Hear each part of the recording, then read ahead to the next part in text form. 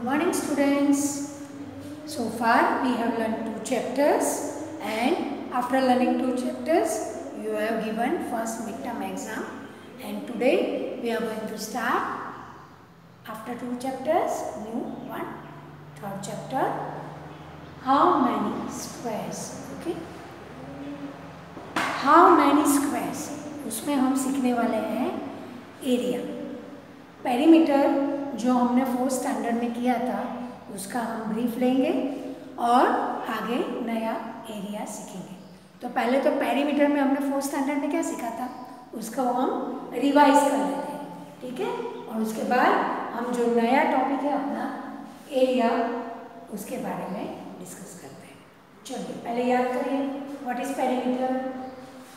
यह है पेरीमीटर का स्पेलिंग पेरीमीटर की डेफिनेशन क्या है? The length of A boundary of a figure is called perimeter. जो भी फिगर रहती है उसकी जो बाउंड्री रहती है उसको बोलते हैं पेरीमीटर, ठीक है। Perimeter of a rectangle is equal to 2 times length plus breadth. ये रेक्टेंगल शेप है, पता है ना, जिसकी लेंथ और ब्रेथ सेम नहीं रहती है उसको रेक्टेंगल बोलते हैं। ये रेक्टेंगल शेप की अगर हमें पेरीमीटर फाइंड आउट करनी है तो ये जो इसकी लेंथ है और ये जो इसकी ब्रेथ है, तो लेंथ प्लस ब्रेथ करके उसको 2 से मल्टीप्लाई कर दो, मतलब 2 टाइम्स कर दो, तो पेरीमीटर मिल जाएगा।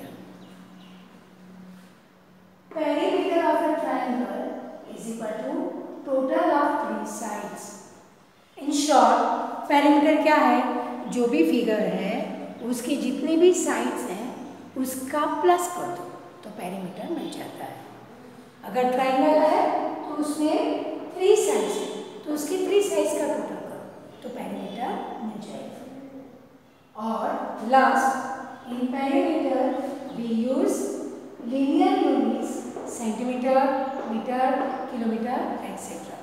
अभी मैं उसका प्रैक्टिकल यहाँ पे लास्ट टाइम 4th में हमने कैसे किया था उसका आपको रिकॉल कराती हूँ, ठीक है। देखिए ये है ट्रायंगल जिसकी 3 साइड्स है। इसकी अगर पेरीमीटर हमें फाइंड आउट करनी है तो पेरीमीटर मतलब क्या? सारी साइड्स का प्लस। इसकी अगर 3 साइड्स है तो ये तीनों का आप प्लस करें। 3 + 4 7, 7 + 5 12, तो इसकी पेरीमीटर है 12 सेंटीमीटर।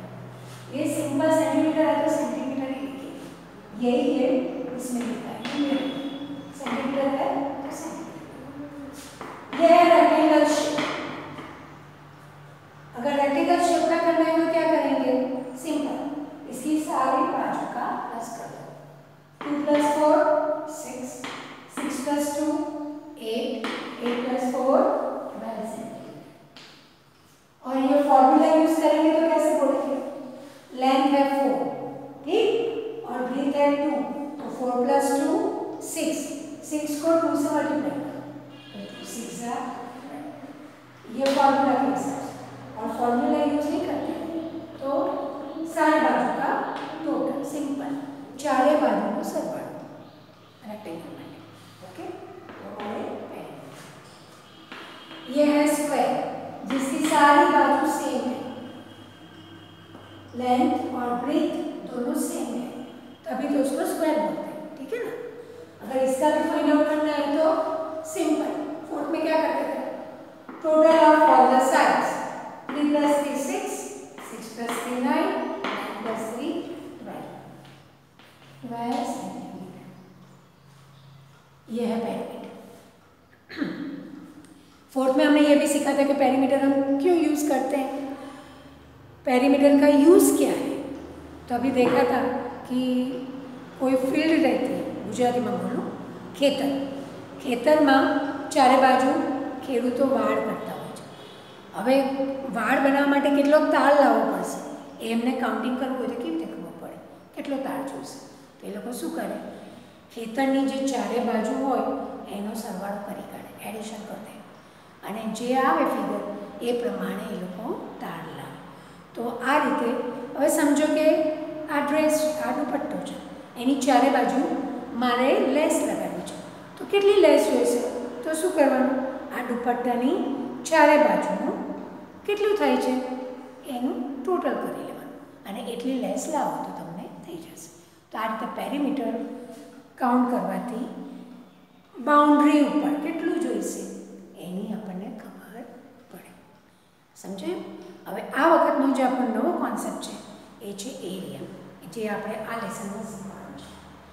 એરિયા આ ચેપ્ટરમાં આપણે એપ્રોક્સિમેટલી શીખવાનું છે, એક બેઝિક આઈડિયા તરીકે લેવાનો છે. એમાં પરફેક્ટ આન્સર ના હોય પણ સમવોટ આવું કંઈ એવું આપણને ખબર પડે. પણ જો આપણે પરફેક્ટ આન્સર જોતો હોય તો એના માટે આપણે ફોર્મ્યુલા યુઝ કરીએ. અને અહીંયા આપણે મેં તમને સ્ક્વેર અને રેક્ટેંગલ એની જ ફોર્મ્યુલા આપી છે, પણ જો ટ્રાયેંગલ હોય તો એની ફોર્મ્યુલા જુદી હોય. દરેક શેપ માટે એરિયા શોધવાની ફોર્મ્યુલા જુદી પડતી હોય છે. પેરીમીટર જેવું નહીં, પેરીમીટરમાં બધી સાઈડનો સરવાળો કરો એટલે પેરીમીટર આવી જાય, પણ એરિયા માટે દરેક શેપ માટે જુદી જુદી ફોર્મ્યુલા હોય છે. ચલો આપણે પહેલાં એરિયા કોને કહેવાય એ સમજીએ. Area, A-R-E-A, area. The measure of the total surface of a figure is called its area. આપણે એક્ઝામ્પલ લઈએ. આ સ્કેલની ચારે બાજુની બાઉન્ડ્રીનું તમે પ્લસ કરો તો પેરીમીટર કહેવાય. પણ આ ચારે બાજુની બાઉન્ડ્રીની વચ્ચે આ જે પણ કંઈ છે જગ્યા એની એરિયા કહેવાય. હું અહીંયા ડ્રો કરું છું, તમે સાહેબ નજર કરજો. આ છે સ્કેલ અને એની મેં આ રીતે બાઉન્ડ્રી ડ્રો કરી.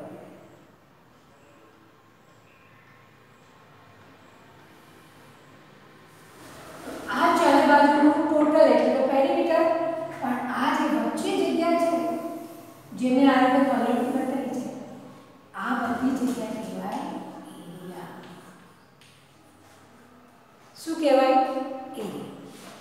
આ કંપાસ બોક્સ, આ બાઉન્ડ્રીની આ વચ્ચે જે આ બધી જગ્યા છે એ કહેવાય એરિયા. આટલી જગ્યા એરો કહેવાય. હું આને જો આ ટાઇલ્સ ઉપર મૂકું અને આ ટાઇલ્સ ઉપર એ જેટલી જગ્યા રોકે છે એ એનો એરિયા કહેવાય. બરાબર? એરિયા શબ્દ તમે સાંભળ્યો હશે. કોઈ ઘર લેતું હોય તો કેટલા એરિયાનું છે એ એવું સાંભળવા મળે. ખેતર છે તો કેટલા એરિયાનું છે એવું તમને સાંભળવા મળે. અને એરિયા શીખવાનો યુઝ શું છે? જેમ પેરીમીટર ઉપરથી આપણે શીખ્યા કે ભાઈ પેરીમીટર આવડતું હોય તો ખેતરની આજુબાજુ વાડ કરવી છે કે કોઈ પણ કપડાને આપણે લેસ લગાડવી છે, કેવી રીતે બાઉન્ડ્રી પર જે પણ કંઈ કામ કરવા માટે કેટલું જોઈશે શોધવું હોય તો પેરીમીટરનો યુઝ કરી શકાય. તો એરિયાનો યુઝ શું છે? એરિયા એટલે એને કેટલી જગ્યા છે, એની અંદર જે પણ કંઈ કામ કરાવવું હોય તો એના માટે એરિયા હોવો જોઈએ. ફોર એક્ઝામ્પલ, તમારો ઘરની દિવાલ લઈ લો. તમારે દિવાલ ઉપર કલર કરવો હોય તો એનો એરિયા કેટલો છે પહેલાં એ ફાઇન્ડ આઉટ થાય અને એના ઉપરથી કાઉન્ટિંગ કરીને કેટલા રૂપિયા થશે એ આપણને ખબર પડે, અથવા કેટલો કલર જોઈશે એનું કાઉન્ટિંગ થાય. ફોર એક્ઝામ્પલ, તમારા ઘરનું પ્લોટ લઈ લો. એ પ્લોટ ઉપર આપણે ટાઇલ્સો લગાડવી હોય તો કેટલી ટાઇલ્સો જોઈશે અથવા એ ટાઇલ્સો લગાડવાનું કેટલો મજૂરી થશે એ કંઈ પણ કાઉન્ટ કરવું હોય તો એના માટે એરિયા કાઉન્ટિંગ કરવું જરૂરી છે. એટલે એરિયા આપણા માટે શીખવું અગત્યનું છે. અને ફોર્મ્યુલાથી કેવી રીતે કાઉન્ટ કરવું એ આપણે સેકન્ડ ટર્મમાં જોઈશું. અત્યારે આપણે સ્ક્વેર ડ્રો કરેલા છે, સ્ક્વેર કાઉન્ટ કરીને જ એરિયા ફાઇન્ડ આઉટ કરવાનું છે. એ હું તમને આગળના શીખવાડું છું. પહેલાં આપણે સમજણ પડી ગઈ ને એરિયા કોને કહેવાય? એરિયા એટલે બાઉન્ડ્રીની વચ્ચે આવેલો સ્પેસ, એ total surface. Okay. Area of rectangle and square is equal to length multiply by breadth. Square કે રેક્ટેંગલ હોય તો એને લેન્થ મલ્ટીપ્લાય બાય બ્રેથ કરો એટલે આપણને એનો એરિયા મળે. The unit of measurement of area is always found in squares. તમે જ્યારે પેરીમીટર લખતા હતા ત્યારે ખાલી સેન્ટીમીટર, મીટર હોય તો મીટર એવું લખતા હતા. જ્યારે એરિયા લખશો ત્યારે એની આગળ સ્ક્વેર, સેન્ટીમીટર હોય તો સ્ક્વેર સેન્ટીમીટર, મીટર હોય તો સ્ક્વેર કિલોમીટર તો સ્ક્વેર કિલોમીટર, એ રીતે લખવું પડે. એરિયા હંમેશા સ્ક્વેર આગળ લખાય. હવે આપણે જોઈએ, અહીંયા મેં ફિગર ડ્રો કરેલી છે, તો કેવી રીતે એના સ્ક્વેર ઉપરથી એરિયા કાઉન્ટ કરવાનો. બહુ જ ઇઝી છે. ખાલી ધ્યાન શું રાખવાનું, જો આવી કમ્પ્લીટ ફિગર હોય તો એમાં સ્ક્વેર આખા હોય, સિમ્પલ કાઉન્ટ કરો એટલે મળી જાય. અહીંયા મેં કાઉન્ટ કરેલા છે. આ ફિગરમાં ટોટલ 18 સ્ક્વેર્સ છે, તો હું આ ફિગરનો એરિયા લખીશ 18 સ્ક્વેર યુનિટ. યુનિટ એટલે જો આ મીટર હોય તો અહીંયા મીટર આવે, સેન્ટીમીટર હોય તો અહીંયા સેન્ટીમીટર, બરાબર? એ પણ આ ફિગર જો, આ ફિગરની અંદર આ ફિગર જેવા કમ્પ્લીટ સ્ક્વેર નથી આવતા. અમુક સ્ક્વેર આખા છે એને પહેલાં કાઉન્ટ કરી લઈએ, પણ અમુક સ્ક્વેર અડધાથી મોટા છે, હાફ સ્ક્વેરથી મોટા છે, અને અમુક સ્ક્વેર હાફ કરતાં પણ નાના છે.